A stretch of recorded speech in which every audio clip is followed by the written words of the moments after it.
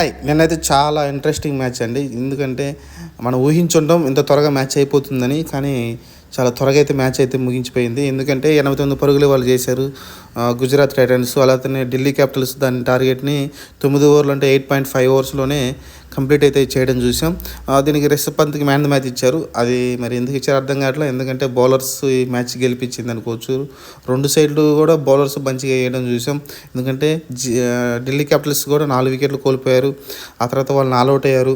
అలానే ఇషాంత్ శర్మ 2 వికెట్లు, ముఖేష్ కుమార్ 2 వికెట్లు తీసుకోవడం చూసాం. అక్షర్ పటేల్ తీశాడు, స్టబ్స్ తీశాడు. స్టబ్స్ సడన్గా వచ్చి బౌలింగ్ వేసాడు. ఊహించలేదు వాళ్ళు. మంచిగా బాల్ గ్రిప్ అవుతుంది కాబట్టి అక్షర్ పటేల్, కుల్దీప్ యాదవ్తో పాటు స్టబ్స్ కూడా వచ్చి వికెట్లు వేయడం చూసాం. కుల్దీప్ యాదవ్ వికెట్ పడలేదు, కానీ మంచి బౌలింగ్ అయితే వేయడం చూసాం. అలానే ముఖేష్ కుమార్ 2 తీశాడు. ఇషాంత్ శర్మ ఈ ఏజ్లో కూడా 2 వికెట్లు తీయడం చూసాం. మంచిగా అయితే బౌలింగ్ వేస్తున్నారు. ఎక్కడ కూడా వాళ్ళు బాల్ని టచ్ చేయడానికి అయితే చాలా